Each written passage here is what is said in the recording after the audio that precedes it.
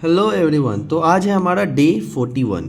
ठीक है, और आज है इस पिक्चर का डे 3। तो हमने जैसा आपको बताया था कि एक एक पॉइंट्स हम आपको बताएंगे कि कहाँ पे हम किस तरीके की शेडिंग को दे रहे हैं। ठीक है, तो अब हम स्टार्ट करने वाले हैं इसके आगे की शेडिंग को। ठीक है, सो नोज़ हम आज बनाएंगे। नोज़ को बनाने के लिए फिर से हमने 4B पेंसिल ये लिया है। ठीक है, यहाँ पे 4B देख सकते हो आप।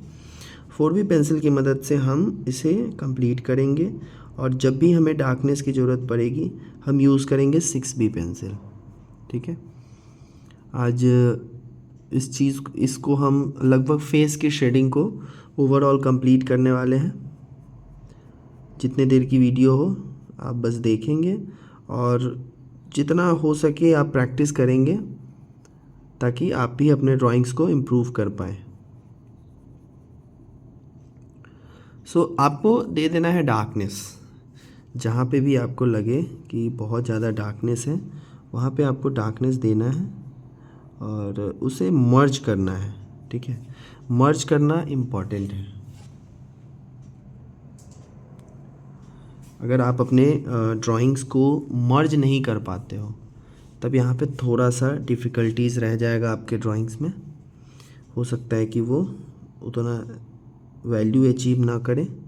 ठीक है, धुंधला धुंधला दिखेगा। ये आपको हमेशा ध्यान रखना है कि जितने डार्कनेस हो कोशिश करना है कि कम से कम उतना डार्कनेस तो दे दे। कम ज़्यादा हो फिर उसको बाद में देखा जाएगा, लेकिन पहले आपको पूरा कोशिश करना है कि डार्कनेस को देना है। ठीक है, अभी हम इसकी शेडिंग कर रहे हैं। नोज़ की शेडिंग हमने एक एक करके हर पॉइंट्स पे वीडियो बनाया है। जो भी नहीं देखे हो अभी तक वो आप पहले के सेशन को देख सकते हो। ठीक है, कहाँ लाइट इफ़ेक्ट देते हैं, कहाँ डार्कनेस होता है, वो सारी चीज़ें आप देख सकते हो। ठीक है, इस तरीके से हमने शेडिंग आपको हल्का हल्का ही देना है 2B एंड 4B पेंसिल से। ठीक है, अगर लगे कि 4B पेंसिल डार्क हो रहा है तो फिर आप 2B पेंसिल को यूज़ कर सकते हैं। ठीक है, 2B पेंसिल आपके लिए बहुत ही ज़्यादा यूज़फुल रहेगा। हल्की हल्की शेडिंग कहीं भी देनी हो तो बेफिक्र आप 2B पेंसिल उठाओ। इसमें आपको कहीं से कोई डार्कनेस नहीं होने जा रहा है या बहुत ज़्यादा लाइट नहीं होने जा रहा है। 2B पेंसिल से आप हर तरह की ड्राइंग्स को बना सकते हो। ठीक है, इस तरीके से हमने कंप्लीट किया है नोज़ की हल्की सी फर्स्ट लेयर शेडिंग को। ठीक है, धीरे धीरे इसको हम देखो, डार्कनेस देना, लाइट करना, ये सब डिपेंड करता है कि आप पिक्चर को कितने गौर से देखते हो। अगर आप पिक्चर को गौर से नहीं देखोगे तो आपको डार्कनेस एंड लाइटनेस का वैल्यू समझ में नहीं आएगा। ठीक है, जैसे मैंने अभी यहाँ पे शेड किया है। शेड करने के बाद हल्के से हमने बताया था ब्लेंडर से जो भी छोटे पार्ट हैं, छोटे छोटे पार्ट को आपको ब्लेंडर से ब्लेंड करना है ताकि इसके जो भी पार्टिकल्स हो वो पेपर के अंदर चले जाए।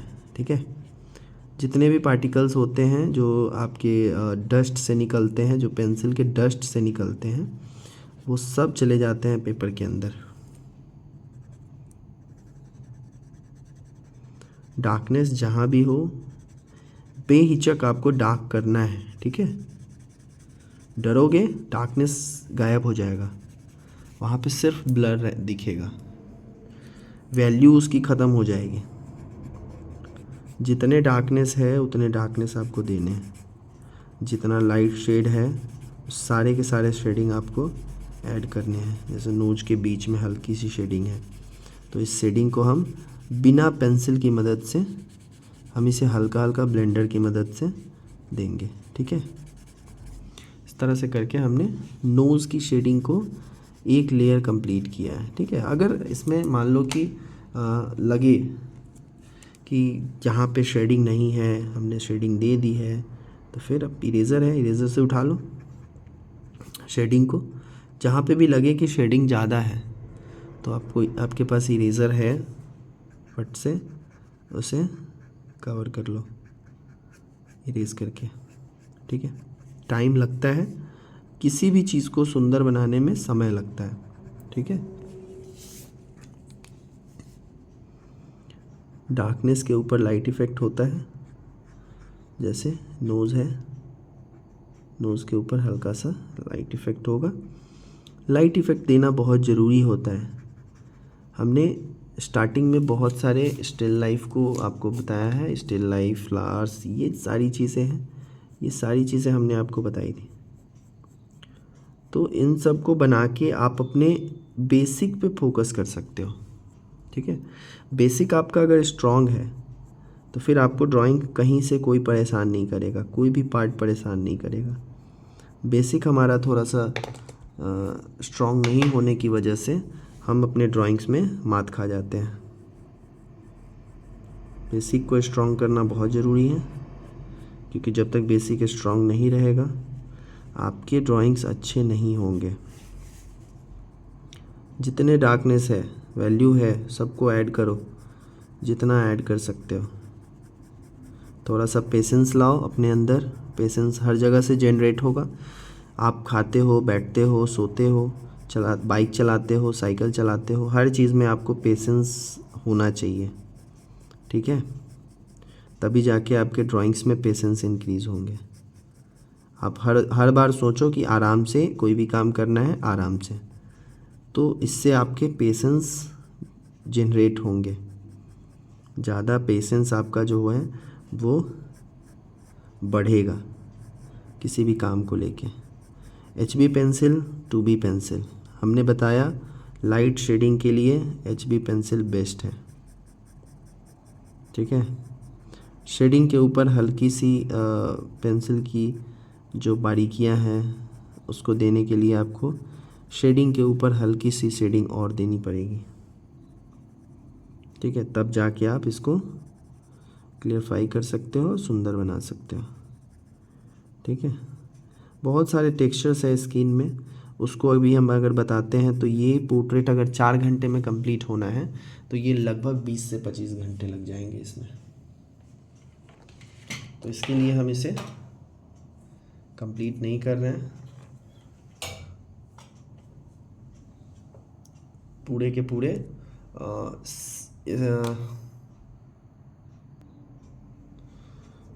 इस तरह के पोर्ट्रेट को अगर आप बना रहे हो तो आप इसको फुल्ली डिटेल के साथ अगर बनाते हो तो हो सकता है कि आपको ज़रूरत से ज़्यादा समय लगे, या फिर आपने जो एक्सपेक्टेशन रखा है कि 4-5 घंटे में कंप्लीट कर लेंगे तो हो सकता है आपको 20-25 घंटे लग जाएं इसको कंप्लीट करने में, ठीक है। तो 20-25 घंटे लगाने के लिए फिर आपके अंदर उतना पेशेंस होना चाहिए ताकि आप बाकी आर्टिस्ट की तरह अपना काम अच्छे तरीके से कर सकें, ठीक है।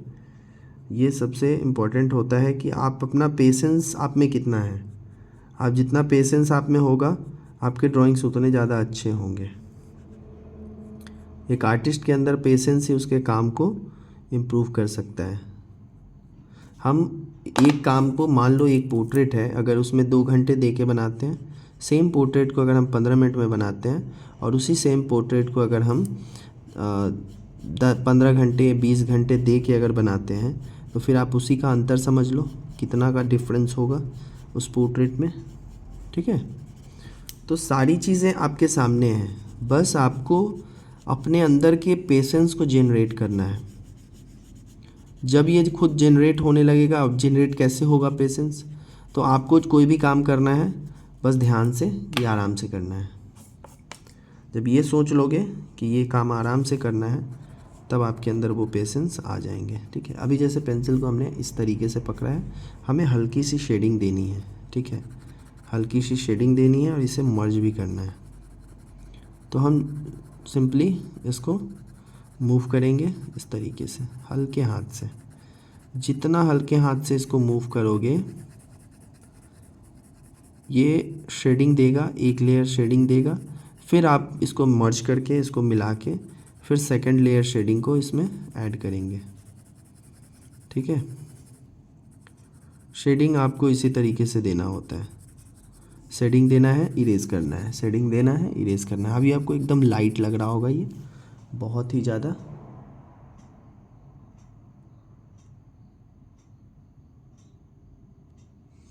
तो लाइट क्यों कर रहे हैं हम, क्योंकि इससे हम इसके वैल्यू को धीरे धीरे इंक्रीज़ कर सकें। एक ही टाइम में अगर आप सोचोगे कि पूरा का पूरा डार्कनेस दे देते हैं तो फिर वो ख़राब हो जाएगा। इसको भी कवर कर लेते हैं, थोड़ा सा अपर पार्ट को भी कवर कर लेते हैं ताकि एक बार में मिला के और पोर्ट्रेट को जल्दी से इसको ख़त्म कर सकें। जो भी टाइम लगता है वो डिटेलिंग में टाइम लगता है। आप जितना डिटेल करते हो ना उतना आपको टाइमिंग लगता है इसमें। डिटेल नहीं करोगे, सिंपली जहाँ जहाँ शेड है वहाँ वहाँ शेड देके आप निकल जाओगे तो आपको इसमें बहुत ज़्यादा टाइम नहीं लगने वाला है। आप इसे जल्दी से कवर कर सकते हो। ठीक है,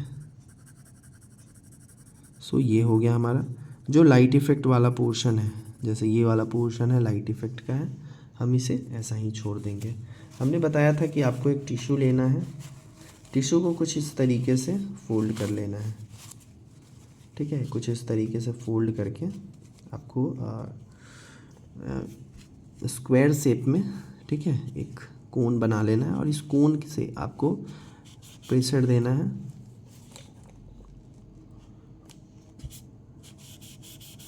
जब आप इसको मर्ज करोगे, थोड़ा सा सर्कल सर्कल से आप इसको मर्ज करोगे तो इसके जितने भी पार्टिकल्स होंगे वो सब चले जाएंगे पेपर के अंदर, हल्की हल्की शेडिंग आ जाएगी इस पर।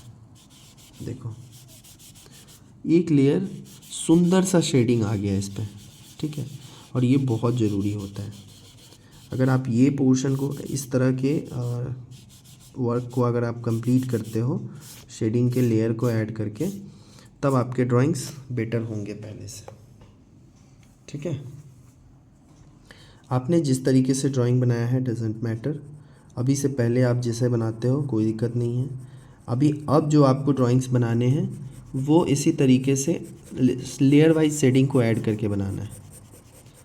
जितना शेडिंग के लेयर को ऐड करोगे ये उतना ज़्यादा सुंदर होगा, उतना ज़्यादा अच्छा होगा ड्राइंग आपका। ठीक है, स्टार्टिंग में भी हमने बताया था कि किस तरीके से हम ग्रे स्केल को अचीव करते हैं। ग्रे स्केल क्या होता है?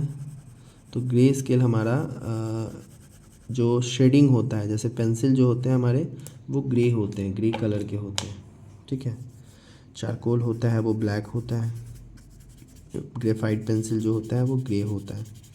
तो ग्रे पेंसिल जो है हमारा उसका एक स्केल होता है। जैसे आपने एडवर्टीज़मेंट देखा होगा फेयर एंड लवली का, अब ग्लो एंड लवली के नाम से एडवर्टीज़मेंट चलता है, तो उसमें फेस पे एक स्किन टोन को दिखाया जाता है।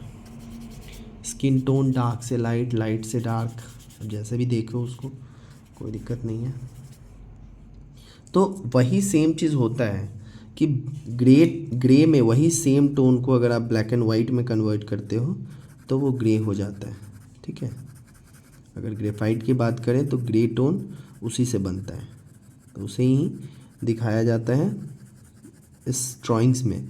जब भी हम पोर्ट्रेट कर रहे होते हैं तो ग्रे स्केल को हमेशा ध्यान में रखते हैं, कहाँ पे शेडिंग कितना जाएगा ये ध्यान देना है। बस आपके ड्राइंग्स बहुत हद तक कंप्लीट हो जाएंगे और सही हो जाएंगे। ग्रे स्केल की समझ जिनको है वो ड्राइंग्स को अच्छे से समझ पाएंगे। ठीक है, तो आपको फोकस करते रहना है, ग्रे स्केल को भी बनाना है। अब यहाँ पे हमें लग रहा था शेडिंग थोड़ा सा कम है तो हम यहाँ पे शेडिंग को थोड़ा सा बढ़ा रहे हैं।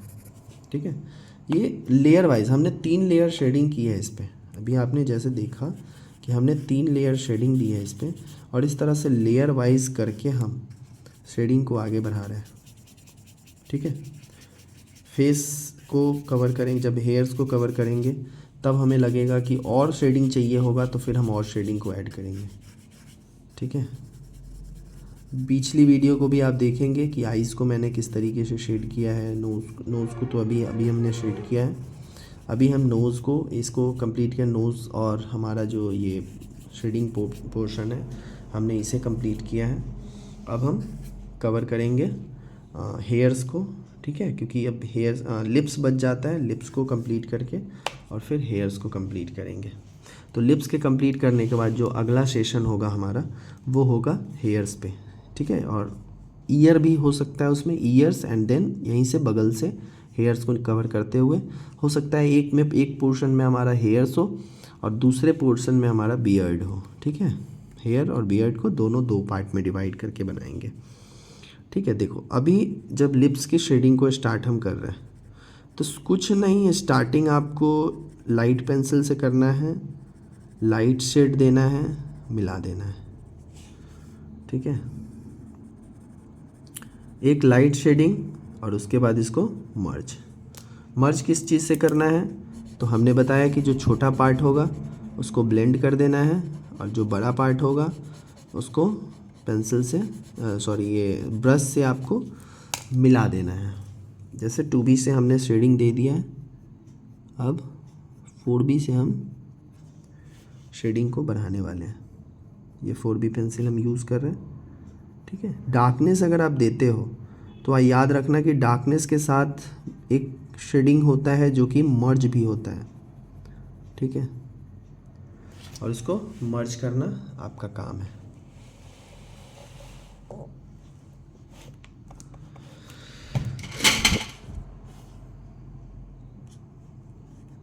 देखो इतनी बारीकियां जो हम आपको समझा रहे हैं, इतनी बारीकियों के किस तरीके से आप एक एक पॉइंट्स को कर सकते हो, एक एक पॉइंट को डिटेल कर सकते हो। ये फुल वीडियो हम इसलिए डालते हैं ताकि आपको समझ में आए कि कहाँ पे हम गलतियाँ कर रहे हैं। यूट्यूब पे इतने सारे आर्टिस्ट हैं, वो क्या करते हैं टाइम लैप्स वीडियो में आपको दे देते हैं, फिर आप उससे कुछ समझ नहीं पाते हो। हाँ, लेकिन जो टूल्स के बारे में बताते हैं वो आप एकदम समझ जाते हैं कि सर ने ये वाला टूल्स बोला था। अरे टूल्स से कुछ होता जाता है नहीं। इतने टाइम से अभी तक आपने देखा होगा मेरी ड्राइंग्स को, हम बहुत कम टूल्स को यूज़ करते हैं। टूल्स यूज़ क्यों करना है? जब बहुत ज़्यादा ज़रूरत पड़े, बहुत ज़्यादा रियलिस्टिक बनाना हो तो उसके लिए भी क्या है, एक ब्रश ले लेना है और एक ब्लेंडर ले लेना है। ब्लेंडर को किस तरीके से बनाना है हमने आपको बोला कि हम उसकी वीडियो अपलोड कर देंगे, और जैसे ही टाइम मिलेगा हम उसकी वीडियो को अपलोड कर देंगे। ऐसे पेपर रोल करके आप बना सकते हो, सिंपल है, एक बार खुद से ट्राई भी कर सकते हो।